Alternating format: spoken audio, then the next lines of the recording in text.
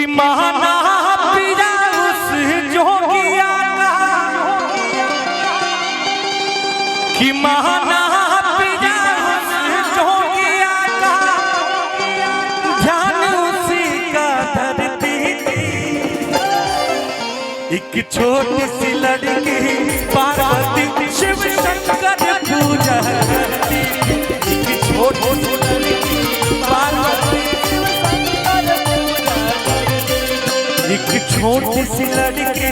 पार्वती शिव शंकर पूजा करती।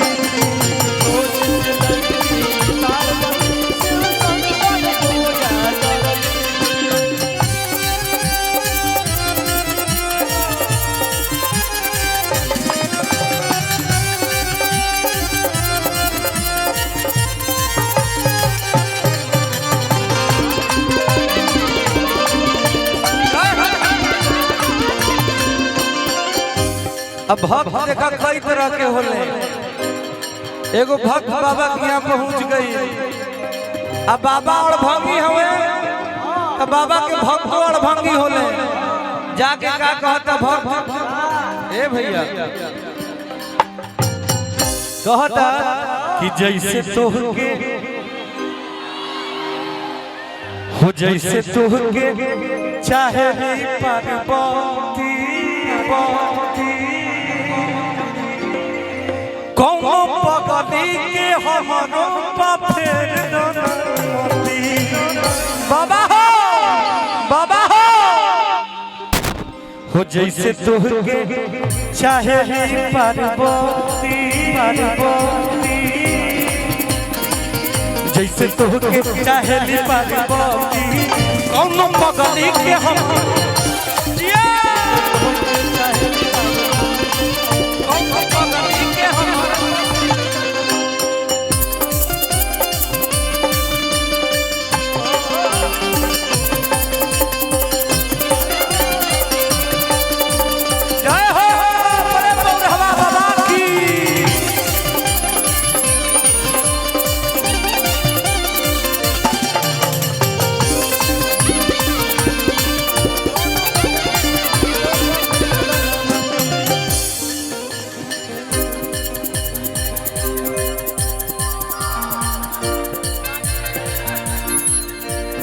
जय हो।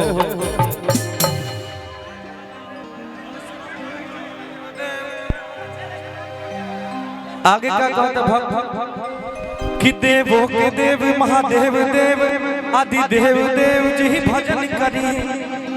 फिर दीन जार मरो पर कबे से जी सुमिरन करी। कहता कि परिला राउर ए भोले बाबा अल्लाह भर में निकाली जाना ए भोले बाबा। और कहता कि पूजा करे हो पूजा करे ना भैया कि पूजा करे देखाई अगरबत्ती आ कोनो पगली के हमरो फेर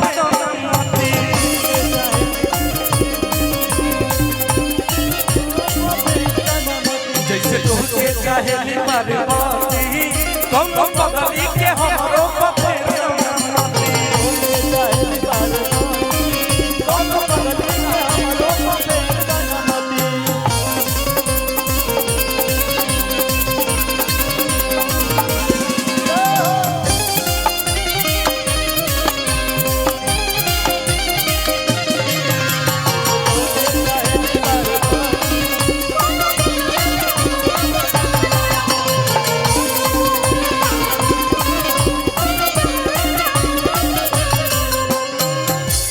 आबरी हमने के कहा बन जा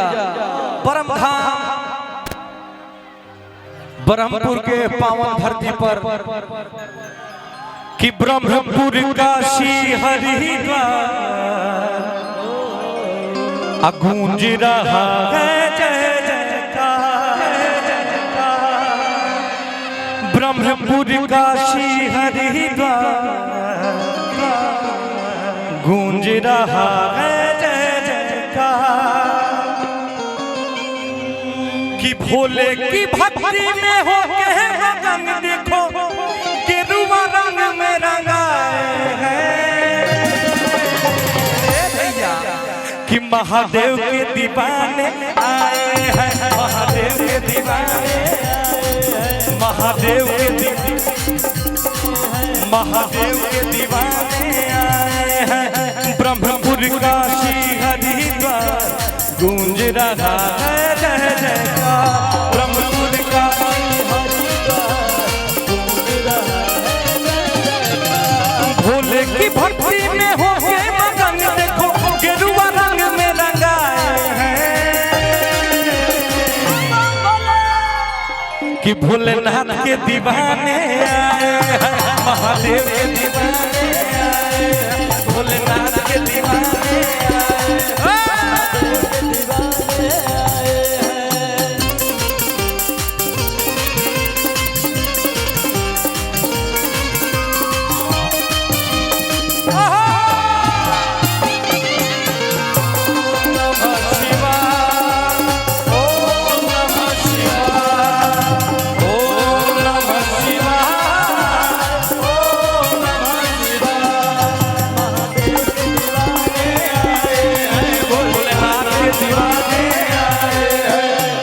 एगो भक्त बाबा से कहता कैसे कहता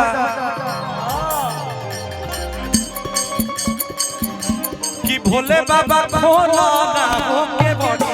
हम दर्शनवा कहला भोले बाबा खोला ना होके बड़ी दर्शनवा कहला हम दर्शनवा कहला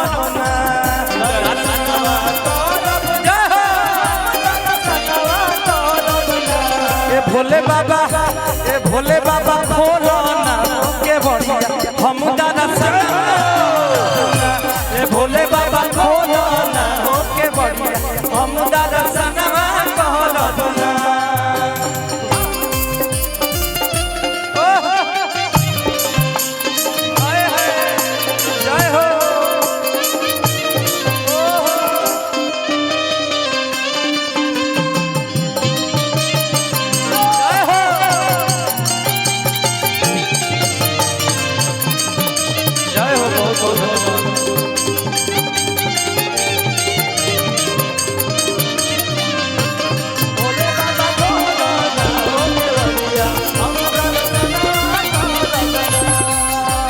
कहता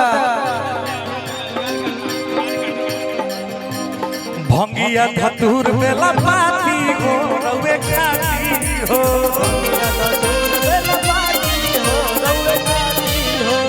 लेकिन आई बाबा सब खाती हो रउए खाती हो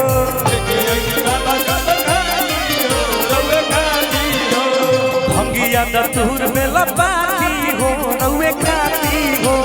लेकिन आई बाबा सब खाती हो रउए खाती हो भैया कि दर्शनवा करब ना हम दर्शनवा करब ना कि दर्शनवा करब ना हम दर्शनवा करब ना ए भोले बाबा ए भोले बाबा ए भोले बाबा खोलो ना के बढ़िया हम दर्शनवा करब ए भोले बाबा खोलो ना के बढ़िया हम दर्शनवा करब ए भोले बाबा